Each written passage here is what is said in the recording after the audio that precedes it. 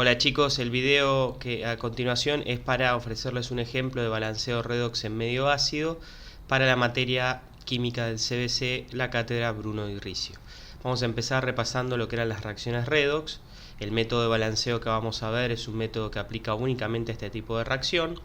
Las reacciones redox son reacciones donde hay un cambio en los estados de oxidación de algunos átomos involucrados por una transferencia electrónica. Algún átomo va a aumentar su estado de oxidación y por lo tanto vamos a decir que se oxida, mientras que algún otro átomo va a disminuir su estado de oxidación y vamos a decir que se reduce. Justamente la sigla redox hace referencia a una oxidación y a una reducción. De hecho, en algunos libros a este tipo de reacciones se las llama reacciones de óxido-reducción. Los dos procesos son simultáneos. Para que alguien se pueda oxidar, alguien se va a tener que reducir, porque depende básicamente de una transferencia de electrones. Bien, para poder hacer el balanceo vamos a tener que repasar brevemente lo que son los estados de oxidación.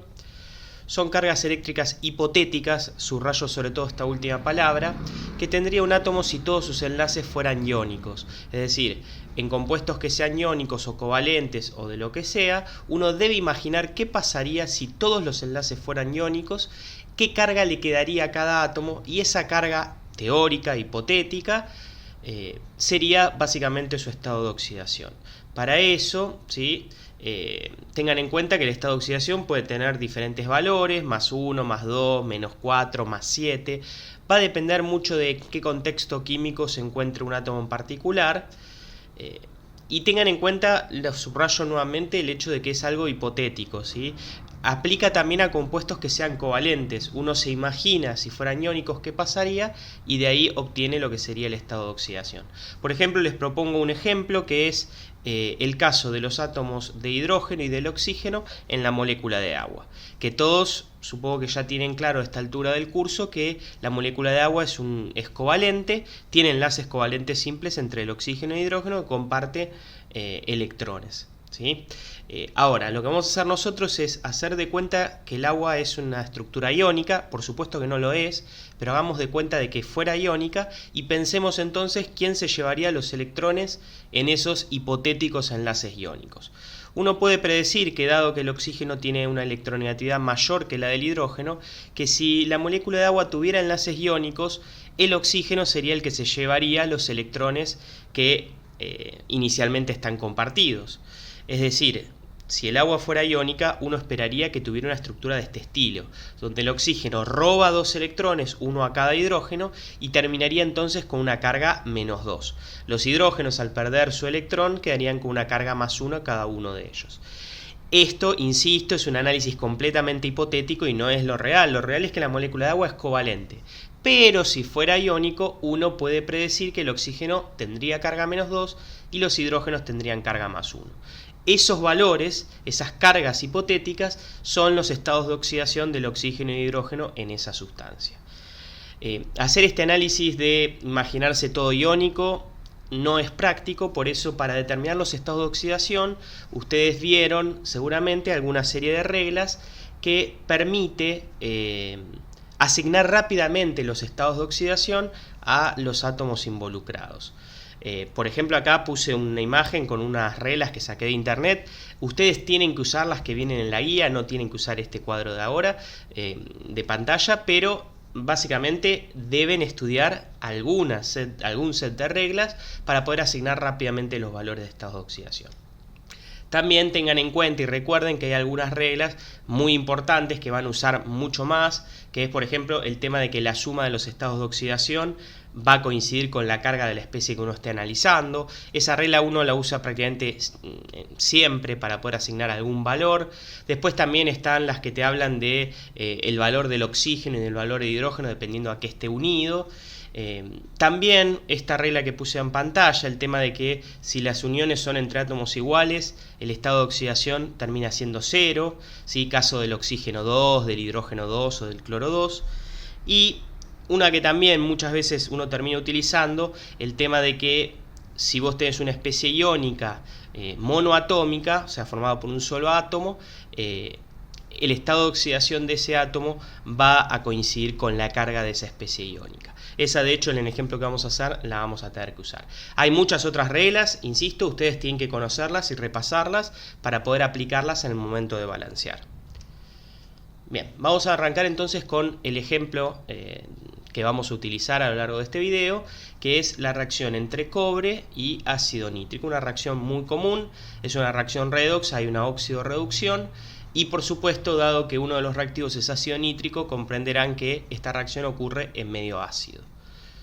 Bien, ¿cuáles son los pasos para este tipo de balanceo? Bueno, el primer paso es determinar los estados de oxidación de las especies involucradas. Es decir, usando las reglas que tienen que aprender y repasar, tenemos que ir asignando los estados de oxidación en nuestro ejemplo. Vamos a empezar con el cobre, ¿sí? El cobre de los reactivos que está en estado sólido. Como ahí el cobre básicamente está unido a otros átomos de cobre, ¿sí? Cuando uno tiene una chapita de cobre lo que tiene son millones de átomos de cobre, pero todos son iguales y todos están unidos entre sí. Así que utilizando la reglita de las uniones entre átomos iguales, podemos asignar que el cobre tiene estado de oxidación 0. Por otro lado, fíjense que el cobre en los productos está en forma catiónica, cobre más 2, es un ion monoatómico, así que podemos aplicar la otra reglita que les mencioné, el tema de que el estado de oxidación coincide con la carga, con lo cual ahí el cobre va a usar estado de oxidación más 2. Bien, a continuación podríamos aplicar la regla del hidrógeno. El hidrógeno en el reactivo, en el ácido nítrico, está unido a no metales, por lo cual su estado de oxidación va a tener que ser más 1, que es el más común para el hidrógeno. El valor menos 1 lo utiliza únicamente en hidruros metálicos, así que por lo general, salvo que les haya tocado un hidruro metálico, siempre tienen que chequearlo, el hidrógeno suele tener estado de oxidación más 1. Después podemos aplicar el estado de oxidación al oxígeno. Tanto el oxígeno del reactivo, del ácido nítrico, como el oxígeno del producto, ¿sí? Del monóxido de nitrógeno, el oxígeno está unido a otros no metales, no está unido a sí mismo, ¿sí? En los oxoácidos como el ácido nítrico, el oxígeno no está unido a sí mismo, está unido al no metal, en este caso al nitrógeno. Entonces su estado de oxidación debería ser su estado de oxidación más común, que es el menos 2. Y efectivamente, tanto en reactivos como en productos, utiliza ese estado de oxidación. Finalmente nos queda asignarle estado de oxidación al nitrógeno.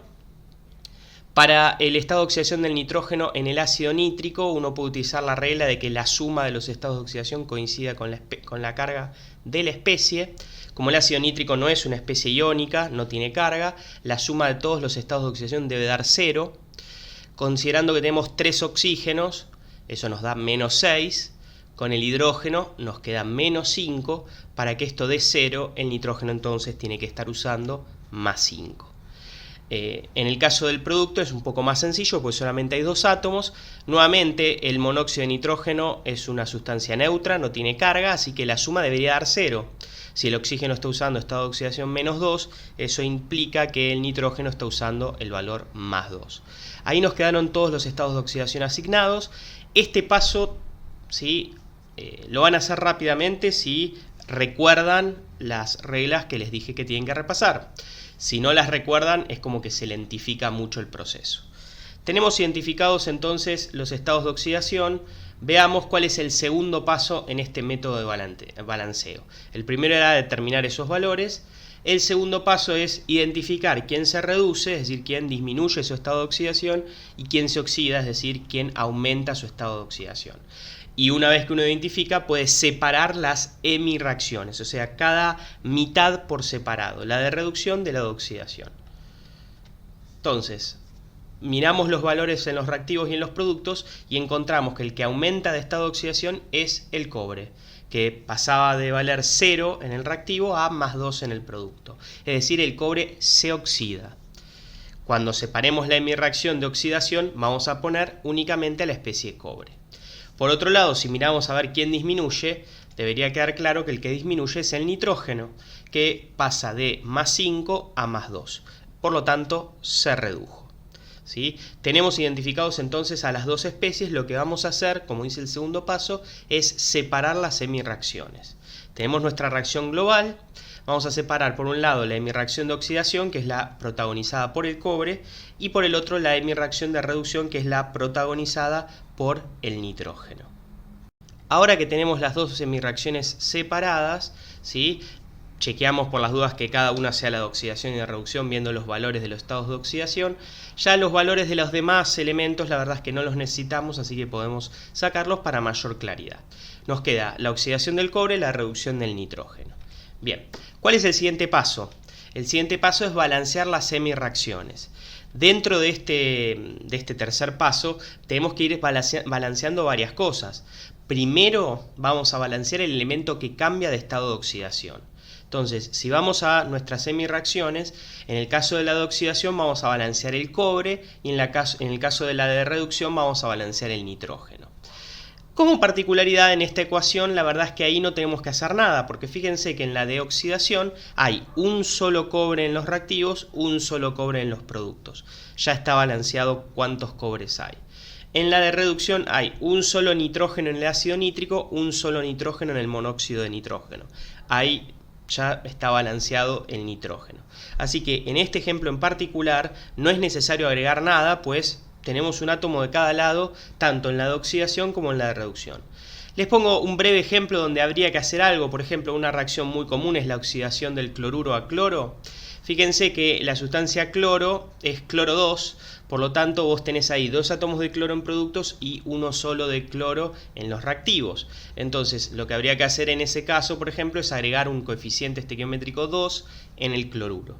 Entonces, esta en algún ejemplo seguramente les va a aparecer, y otras donde también es necesario agregar un 2, un 3 en reactivos o en productos, bueno, estén atentos. También puede ocurrir que les pase como en nuestro ejemplo, que en nuestro ejemplo no fue necesario agregar nada porque ya teníamos 1 y 1. Pero hay que estar atento, ¿sí? Bien. Balanceamos el elemento que cambió de estado de oxidación. Vamos ahora a agregar electrones. Este método se llama método ion-electrón porque uno en este paso de las semirreacciones agrega electrones como si fueran iones y los agrega no de manera azarosa, sino siguiendo el parámetro que les puse ahí en pantalla. Tenemos que agregar electrones para, entre comillas, balancear lo que sería el estado de oxidación. Por ejemplo, vamos a la reacción de oxidación. Tenemos cobre con estado de oxidación 0, cobre con estado de oxidación más 2, ¿sí?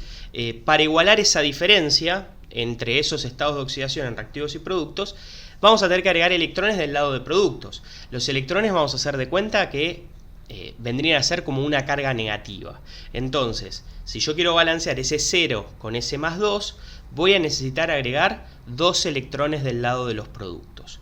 De esa manera, el más 2 del cobre más 2 se compensan con los 2 electrones, cada uno con una carga negativa, y me quedaría entonces 0 y 0 de los dos lados.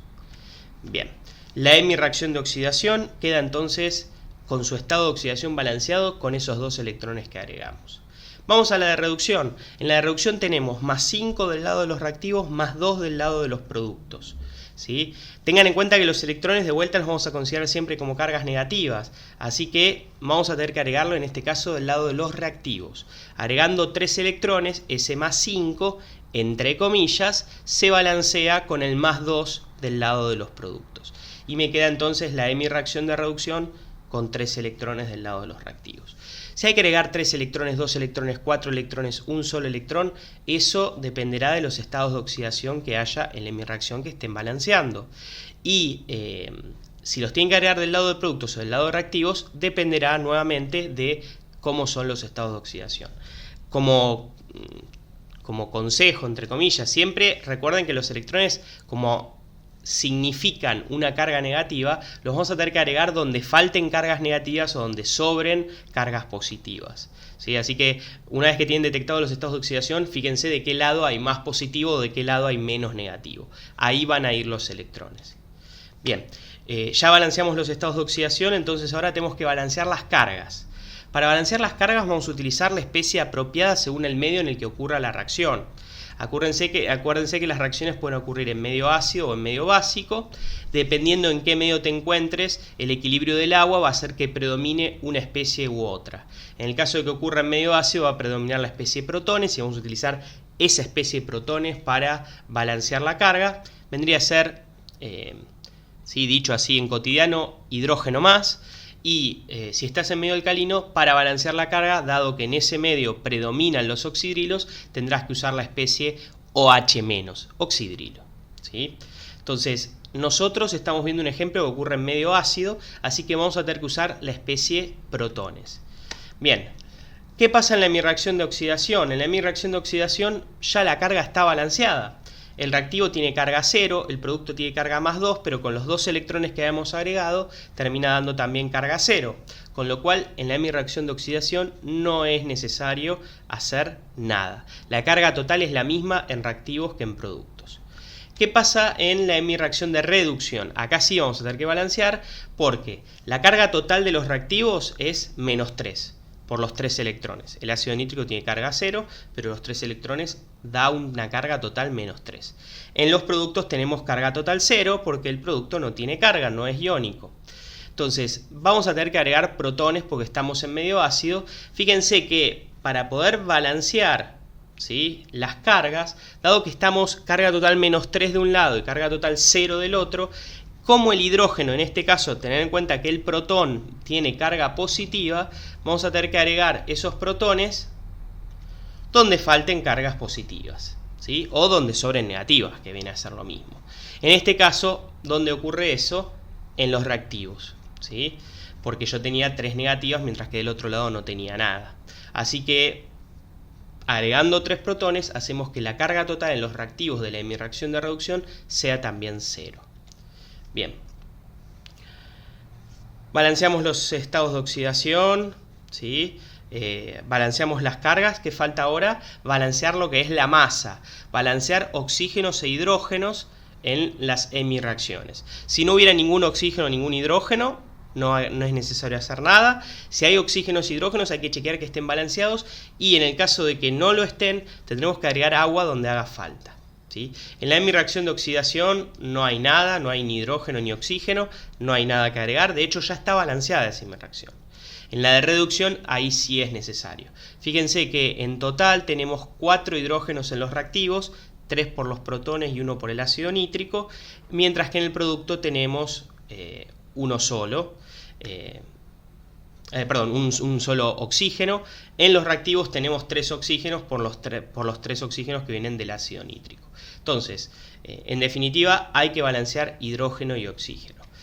¿Cómo hacemos? Bueno, fíjense que dado que tenemos en total 4 hidrógenos del lado de reactivos y del lado de productos no tenemos nada, tendríamos que poner 2 moléculas de agua en los productos para que también nos queden 4 hidrógenos de ese lado. Efectivamente, agregando esas 2 moléculas de agua del lado de los productos, balanceamos el hidrógeno y también balanceamos el oxígeno, porque fíjense que ahora del lado de los productos, con las 2 aguas y el monóxido, ya tenemos los 3 oxígenos que había en los reactivos. Queda entonces balanceada esa hemireacción, ¿sí?, agregando las 2 aguas en producto, ¿sí? Las 2 hemireacciones de hecho ya quedaron balanceadas en masa y en carga. Ya están bien balanceadas las hemireacciones. Lo que nos falta ahora es volver a recuperar lo que vendría a ser la reacción total, ¿sí? Entonces vamos a los pasos. El paso 3 de balancear las hemireacciones está cumplido, ¿sí? Ya hicimos todo lo que había que hacer, por lo cual ahora nos vamos a ver cuál sería el paso 4. El paso 4 es sumar las 2 hemireacciones para recuperar la reacción total. Algo muy importante, ¿sí? La transferencia electrónica no queda con baches. Los electrones que, vamos a decir entre comillas, se producen en la hemireacción de oxidación son los mismos que se consumen, entre comillas otra vez, en la hemireacción de reducción. Por lo tanto, tienen que coincidir. Si no coincidieran, vamos a tener que multiplicar, como indica ahí entre paréntesis. Entonces, fíjense, en la hemireacción de oxidación, uno de los, entre comillas, productos son 2 electrones que, entre comillas, otra vez, se liberan. En la hemireacción de reducción se consumen 3 electrones, no coincide, ¿sí? No puede aparecer mágicamente un electrón, así que acá vamos a tener que hacer algo. ¿Cómo hacemos para que coincida lo que se produce en la de oxidación con lo que se consume en la de reducción? Obviamente no se puede simplemente cambiar el número de electrones, lo que vamos a tener que hacer es buscar un múltiplo común entre esos valores, ¿sí? Vamos a tener que multiplicar las hemireacciones para que lo que produzca una sea lo que se consuma en la otra. Debemos entonces buscar que los electrones que se generen en la hemireacción de oxidación sea el mismo número que luego se requiere, se consume entre comillas, en la de reducción. Para que ocurra esto, el mínimo común múltiplo es entre 2 y 3, es 6. Con lo cual la hemireacción de arriba la vamos a tener que multiplicar por 3, toda. mientras que la de mi reacción de abajo la vamos a tener que multiplicar por 2, también toda, ¿sí? Lo que aparece en reactivos, lo que aparece en productos. Cuando la de arriba la multiplicamos por 3 nos queda como aparece ahora en pantalla, mientras que la de abajo, al multiplicar todo por 2, ¿sí? Nos queda con esos coeficientes. Noten el caso de protones o del agua, que previamente tenían un 3 y un 2 como coeficientes, que ahora quedaron con un 6 y un 4, ¿sí? Una vez que se da esta coincidencia en el número de electrones, ya podemos pasar al último paso, que es sumar las dos semireacciones y, si quedara alguna especie repetida, simplificar, ¿sí? Lo que aparezca tanto en reactivos como productos. Es muy común que ocurra eso con el agua, con los protones, o en el caso de balancear en medio básico puede ocurrir también con los oxidrilos. Si hay algo repetido, lo vamos a simplificar. Además, vamos a chequear en este paso que el número de electrones efectivamente se pueda simplificar. Entonces, sumamos, ¿sí?, las dos semireacciones para obtener la reacción total y nos queda lo que aparece ahora en pantalla. Que si se fijan, en este caso en particular no hay nada repetido más que los electrones. Los electrones siempre deberían aparecer en igual número en reactivos que en productos. Eso significa que el balanceo lo hicimos apropiadamente. Y el paso entonces va a ser justamente simplificar esos electrones. Que insisto, siempre deben poder simplificarse, ¿sí? ¿Qué otras especies se pueda simplificar? Va a depender del ejercicio. En este caso no se puede simplificar ninguna otra cosa, solo los electrones, así que nos queda esa ecuación total, balanceada, que tenemos ahí abajo. Faltaría agregar, ¿sí?, los estados de agregación de cada una de las especies intervinientes para que quede finalmente la ecuación completa.